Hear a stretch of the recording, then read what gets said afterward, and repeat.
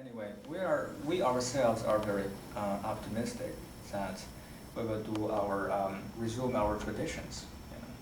How do people live there? How does the community live? They came as traders, Yeah. and today, how do they make a living?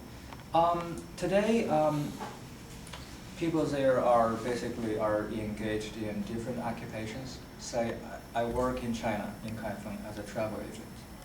Organize Jewish tours, to China, visiting different cities. So Kaifeng is part of the tour. And other people there say they are workers, either workers, or teachers, or doctors, so different occupations. There's not one particular area that they tend to go into. Is there a shul in the town? There It's was. a city, actually. There was, but there isn't. Our shul, our temple, first one was built in 1163, a long time ago.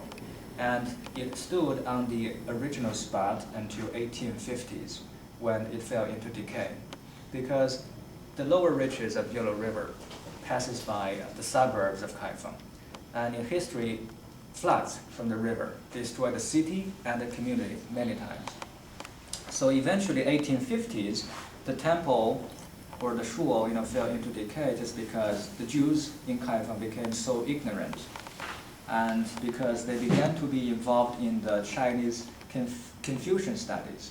Eventually, they abandoned Torah studies. So the Jews in Kaifeng in that period, they thought it was not so important to renovate the synagogue anymore. Eventually, our shul just fell into decay. Rabbi died, and nothing happened for 200 years. Yeah. And along you come. Yes, I was selected as the first, Kaifeng Jew ever. That's pretty to study heavy Judaism. Responsibility.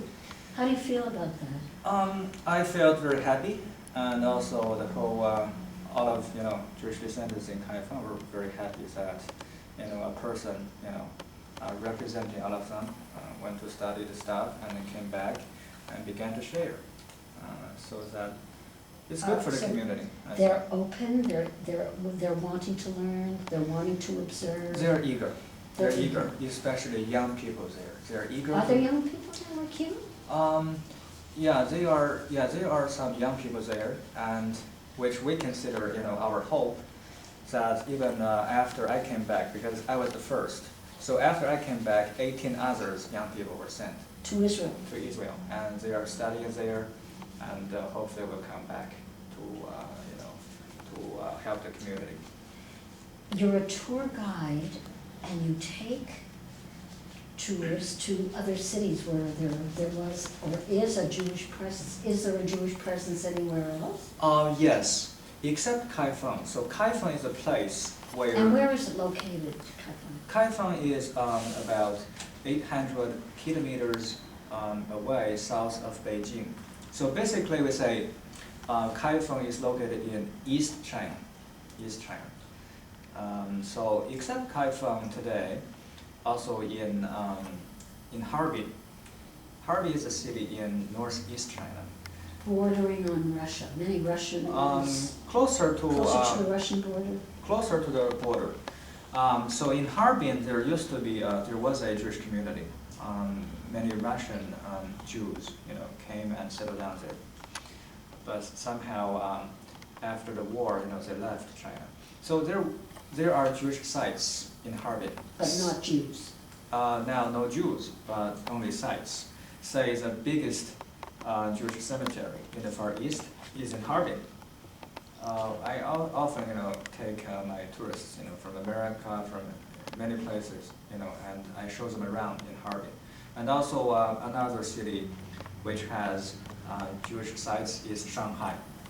In Shanghai, during the war and also before the war, there were Jewish communities, Sephardic and also Ashkenazi. Ashkenazi that were saved. Yeah. So today in Shanghai, there are the synagogues are still there, but serving like a museum, Are there Jews living there? Today there are Jews, but they came just in recent years from different countries. They're either working or teaching in Shanghai, and those Jews just basically formed the so-called expat Jewish communities, such as Shanghai Chabad, and also in Beijing there is Chabad, also in Hong Kong. They're everywhere. Yeah, Chabad is everywhere. So, Would you like them to come to Kaifeng? Yes, they're invited. They're invited. You could use Chabad, some of that energy. Yes, yes. So Harbin, Shanghai, what other cities do you take people to where there was a Jewish presence? A typical tour, Jewish tour of China I organize includes the cities such as Beijing, Harbin, and then Kaifeng, and then Xi'an, and then Shanghai. And if Jewish tourists have special requests, we may add other cities as well. Well, it's a fascinating tale of lost and found, and metamorphosing into something that's connecting with Jews all over the world. And thanks a lot to you. And thank you so much. Thank you, Shi Lei. Thank you. Our Jewish identity is never forgotten within our community. And so, if you want to do anything, may reach Kulanu